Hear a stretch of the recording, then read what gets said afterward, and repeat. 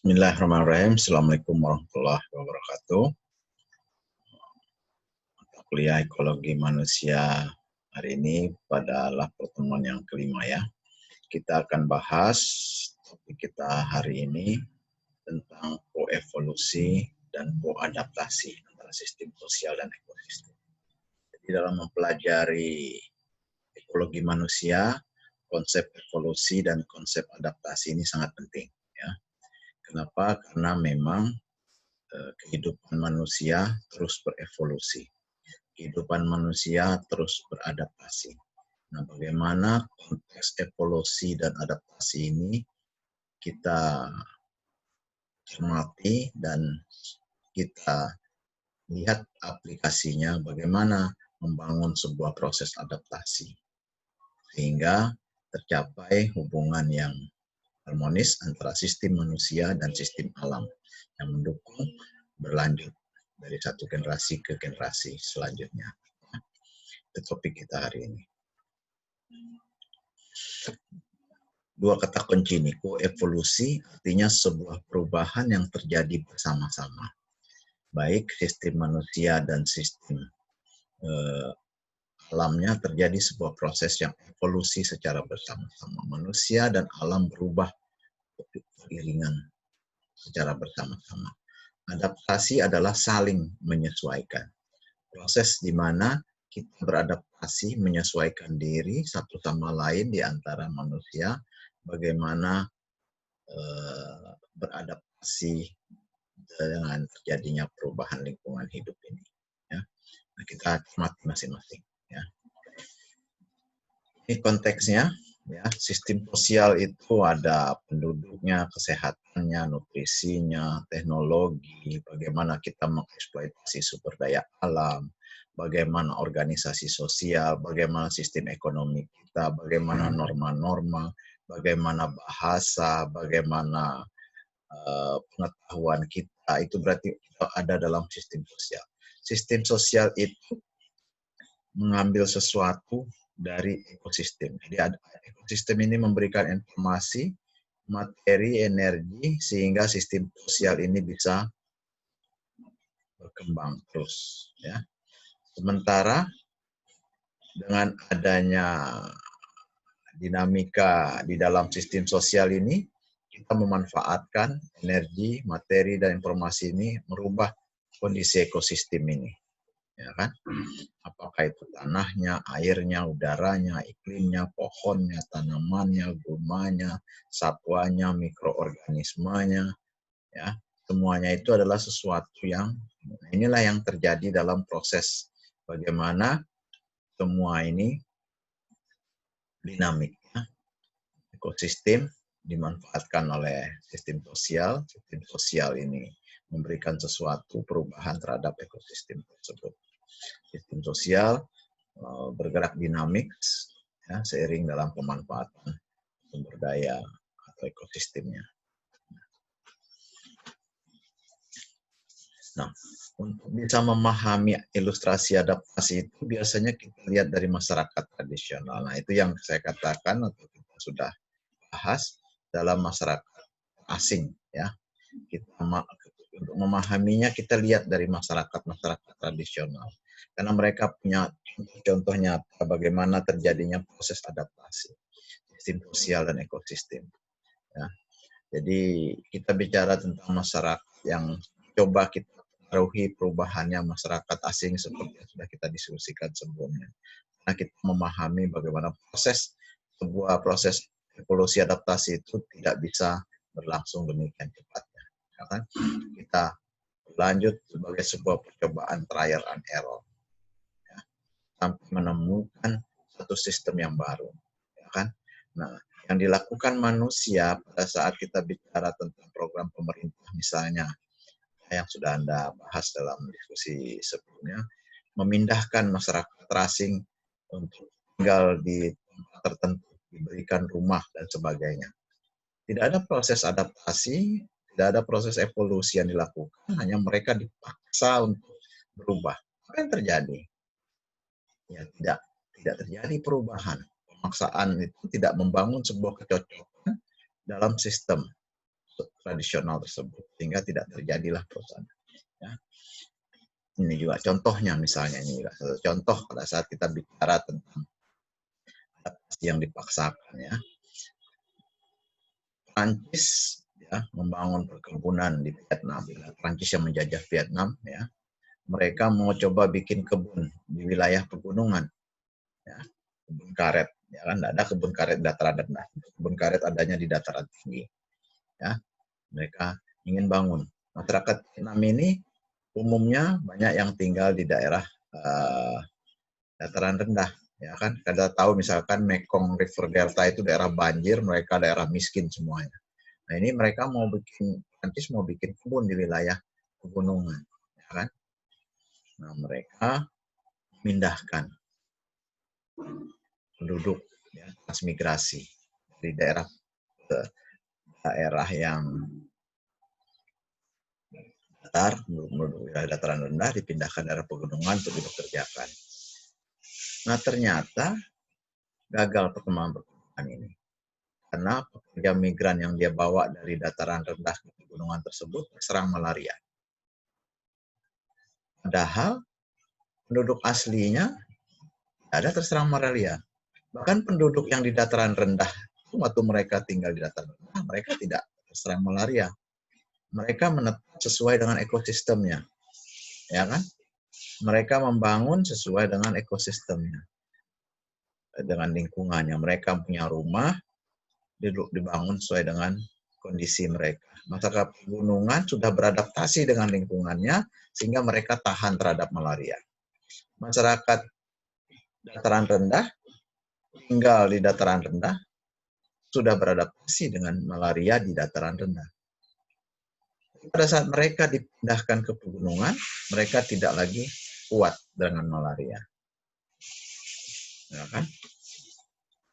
Ternyata mereka memindahkan masyarakat dataran rendah, kemudian karena mereka biasa hidup dalam posisi perumahan seperti ini, kalau perumahan yang dataran rendah ini dibawa ke pegunungan, ternyata malarianya menyerang mereka. Padahal di pegunungan mereka membuat rumah seperti ini, kandang ternaknya di bawah, mereka memasak di atas, sehingga dalam ruangan ini mereka memasak, asapnya menjadi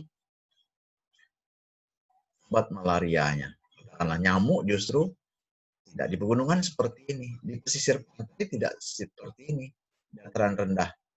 Jadi masyarakat dataran rendah yang hidup dengan sistem rumah seperti ini, pada saat sistem perumahan masyarakat transmigran itu dibangun di pegunungan, ternyata tidak cocok lagi.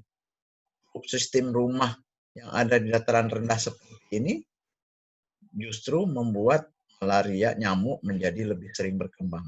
Padahal masyarakat pegunungan begini membuat rumahnya. Nah, ini salah satu bentuk di mana kearifan lokal di setiap daerah berbeda-beda. Tidak bisa kearifan lokal di daerah dataran rendah dibawa ke dataran tinggi. Begitu juga sebaliknya. Ya. Jadi masyarakat dengan kearifan lokalnya, dengan pengetahuannya sendiri, membangun rumah, ternyata rumah yang sudah dia bangun itu merupakan rumah yang bisa mencegah berkembangnya nyamuk yang ada di wilayahnya.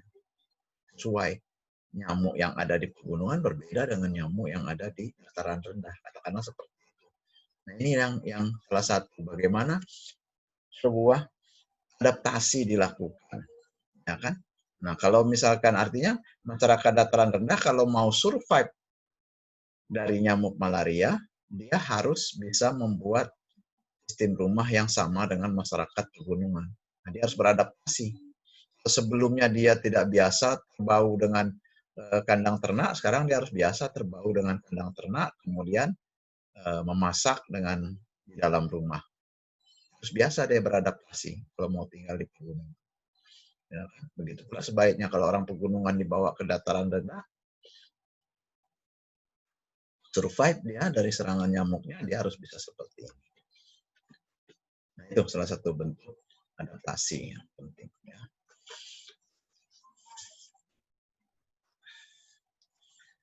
Jadi masyarakat tradisional kok ke atas saya. Tidak. Satu lagi nih, ya.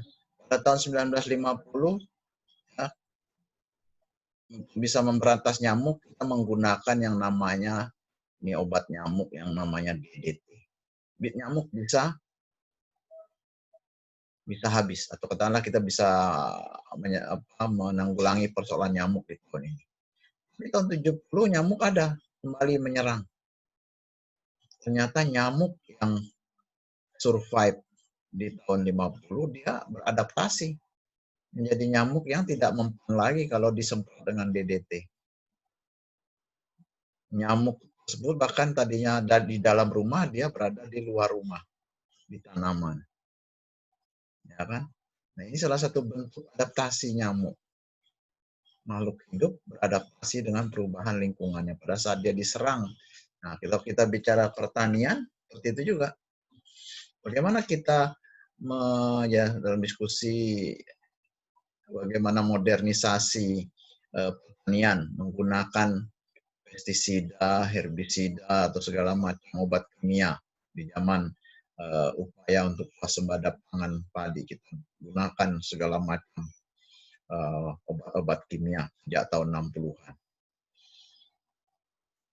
Ternyata sekarang masih terjadi serangan hama. Kalau menurut orang-orang yang belajar hama, ternyata wereng yang pada masa lalu itu sudah berevolusi. Bentuk werengnya atau bagaimana serangannya, bentuk serangan werengnya sudah berbeda-beda lagi. Nah, itu bisa saja wereng itu ya, hama tanaman padi itu sudah beradaptasi dengan perubahannya. Dulu diserang habis-habisan dengan semua obat kimia, dimanapun ada persawahan, tanaman padi semua orang pakai kimia. Sekarang dia menjadi semakin rentan, kebal terhadap obat kimia. Nah, bagaimana lagi? Nah, ini salah satu bentuk bahwa makhluk hidup bisa berevolusi dan beradaptasi. Dalam pertanian ini yang paling dipelajari sekali. Ya, bagaimana hama dan penyakit tanaman itu ternyata terus dipelajari, bermutasi terus. Kita aja sekarang sedang menghadapi corona, katanya kan dulu waktu awal-awal corona, corona itu aman. Kita kan tinggal di daerah tropis. Mereka itu bertahan hidupnya di daerah dingin di Cina itu. Ternyata sekarang terjadilah proses evolusi mutasi virus itu sendiri. Mereka ternyata tahan di daerah panas. Mereka ternyata bisa bertahan di luar ruangan. Mereka ternyata bisa tinggal lebih lama dan sebagainya. Mutasinya demikian banyak. Ya kan, dimanapun mereka hidup, ternyata mereka bermutasi. Itu terjadi proses evolusi di dalamnya. Ini contoh lainnya. Bagaimana masyarakat asli Amerika berkoevolusi dengan ekosistem Amerika Utara selama ribuan tahun. Jadi terjadi proses yang panjang evolusinya. Ya. Di evolusi itu perubahan yang lambat terjadinya. Ya. Bagaimana mereka melakukan pembakaran hutan. Mereka melakukan pembakaran hutan dalam rangka mempertahankan ekosistem hutan. Jadi sengaja mereka bakar sehingga mereka bisa membentuk ekosistem padang rumput untuk ya buruan liar mereka. Bisonnya bisa berkembang terus. Kalau semua daerahnya berupa hutan, bentuk alamnya hutan semua, maka ketersediaan hewan-hewan liarnya menjadi berkurang. Jadi mereka belajar dan berevolusi ya dari masyarakat Amerika ini dengan lingkungannya. Ya.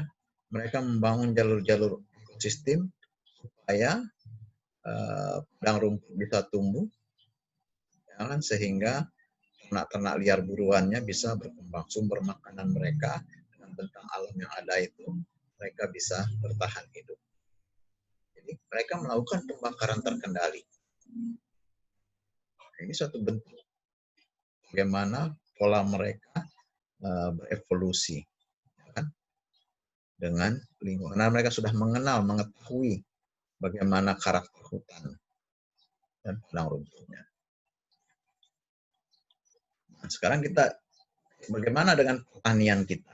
Ya, karena kita belajar ekologi manusia untuk kepentingan bagaimana kita memahami pertanian, bukan dalam konteks yang terlalu jauh. Ya kan? Jadi adaptasi ekosistem dengan perubahan-perubahan sistem sosial ya terjadi dalam dua cara. Ekosistem mengorganisasi diri sebagai respon atas tindakan manusia. Manusia juga merubah ekosistem supaya cocok dengan sistem sosial mereka. Nah, ini timbal baliknya. Modernisasi pertanian, ya kan? Seperti yang saya kasih contoh tadi, misalkan pemakaian pestisida, penerapan teknologi pengolahan tanah, pemakaian pupuk, ya kan? segala macam kimia, pupuk kimia. Itu adalah proses bagaimana kita merubah ekosistem pertanian. Yang tadinya kita tidak pakai pupuk kimia, kita pakai pupuk kimia. Yang tadinya kita tidak pakai pestisida, kita pakai pestisida. Jadilah perubahan ekosistem di lahan-lahan pertanian. Ya kan? Nah, satu lagi, bertani yang sifatnya monokultur. Dulu pertanian, masyarakat biasa bertanam segala macam tanaman. Dalam satu luasan tertentu, dengan ketersediaan tenaga kerja yang ada dan ternak yang ada, mereka biasa bertanam dengan berbagai macam tanaman. Tapi dengan swasembada banyak menjadi monokultur. Ya kan, modernisasi pertanian untuk bisa meningkatkan produksi pangan lebih banyak, ya kan dilakukanlah monokultur. Ya kan? Padahal pertanian polikultur itu yang dilakukan oleh petani-petani sebelum adanya modernisasi bisa menjaga tanah dari erosi. Dengan polikultur, dengan begitu banyak jenis tanaman yang panennya tidak sama, ya, limbah panen tanaman tertentu bisa jadi pupuk untuk tanaman selanjutnya. Dan itu terpakai dalam periode yang cukup panjang. Mereka mengendalikan hama, ya kan? Dengan berbagai macam jenis tanaman, menjadi perubahan antara pertumbuhan habitat yang makan hama dengan hamanya sendiri, antara predator dengan hamanya. Ini terjadi sebuah. Tapi kalau satu jenis tanaman saja bisa-bisa pada satu periode tanaman yang tadinya bisa untuk memberantas hama, dia sudah pergi ke tempat lain. Nggak ada yang bisa dimakan lagi, nggak ada ini. Tapi kalau berbagai jenis tanaman, habitatnya dipertahankan, seluruh makhluk hidup yang berada dalam lingkaran ekosistem tersebut bertahan. Tidak ada yang keluar. Ya kan? Nah, pertanian tradisional seperti ini lebih mengurangi resiko.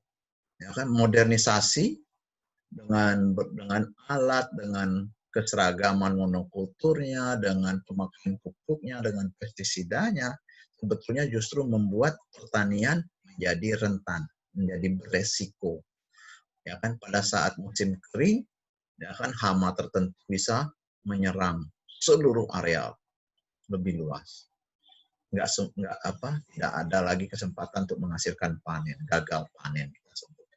Bisa karena banjir, bisa karena sangat kering. Ini sesuatu yang jadi proses mana evolusi di dalam pertanian. Ya. Nah, setelah revolusi industri, dia harus terinteraksi antara sistem sosial dan ekosistem, harus dibangun lebih bagus lagi. Ini yang harus dibangun, bagaimana sistem sosial dan sistem ekosistem yang lebih sustainable dari segi masyarakat, ekonomi, dan lingkungannya. Gambaran ini hanya gambaran bagaimana semua ini bisa disatukan dalam satu ruang yang sama, tidak dipisahkan. Ya kan? Kita harus bicara tentang pertanian modern seperti apa? Modern yang bisa mencegah terjadinya kerusakan lingkungan, seperti itu. Ya.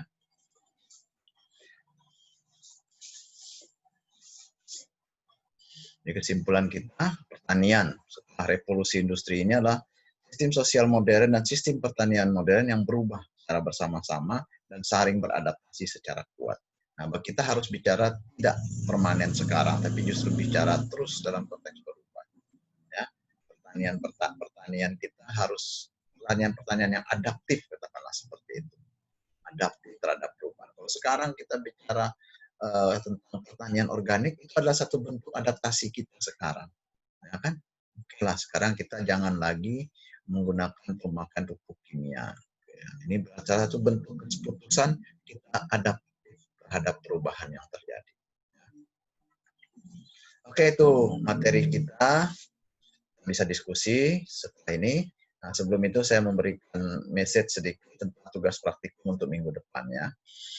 Saya harap masing-masing Anda, di mana Anda bertinggal, bisa melakukan identifikasi kasus ekologi manusia yang ada di sekitar tempat tinggal Anda. Misalnya, kalau kebetulan Anda ada di desa, Anda bisa memilih beberapa kemungkinan kasus ekologi yang ada.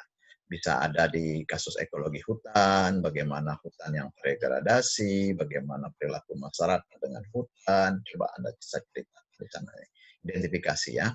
Kasus ekologi pertanian sawah, nah, dataran tinggi yang bagaimana ini? Tentang air irigasi dataran tinggi atau tentang modernisasi di dataran tinggi, seperti apa sih ya sawah-sawah dataran tinggi? Atau ekologi yang tinggal di wilayah pertanian sawit, apa sih dulu dia tidak sawit, sekarang sawit, atau dulu tidak karet, sekarang karet, bagaimana ini? Apa persoalan-persoalan yang mungkin ada dalam konteks ekologi manusia pada wilayah-wilayah ekologi yang berubah seperti itu.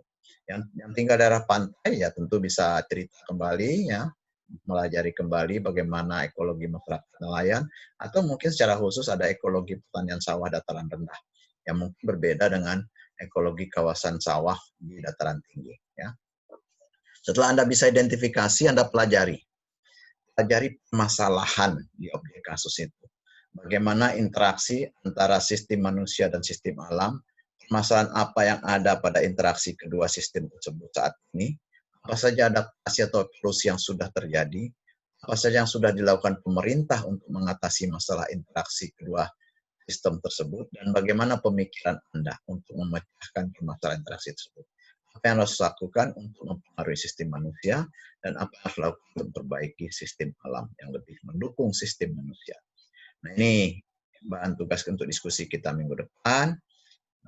Saya harap ya, e-learn-nya sudah bagus, nanti saya minta Anda submit lewat e-learn. Tapi kalau belum, Anda boleh submit ke WA. Tapi itu instruksi saya. Yang jelas Anda sudah harus melakukan ini dulu untuk bahan diskusi kita minggu depan. Terima kasih. Sekian presentasi kuliah kita hari ini. Setelah ini kita diskusi lewat MS Team Conversation saja. Terima kasih. Assalamualaikum warahmatullahi wabarakatuh.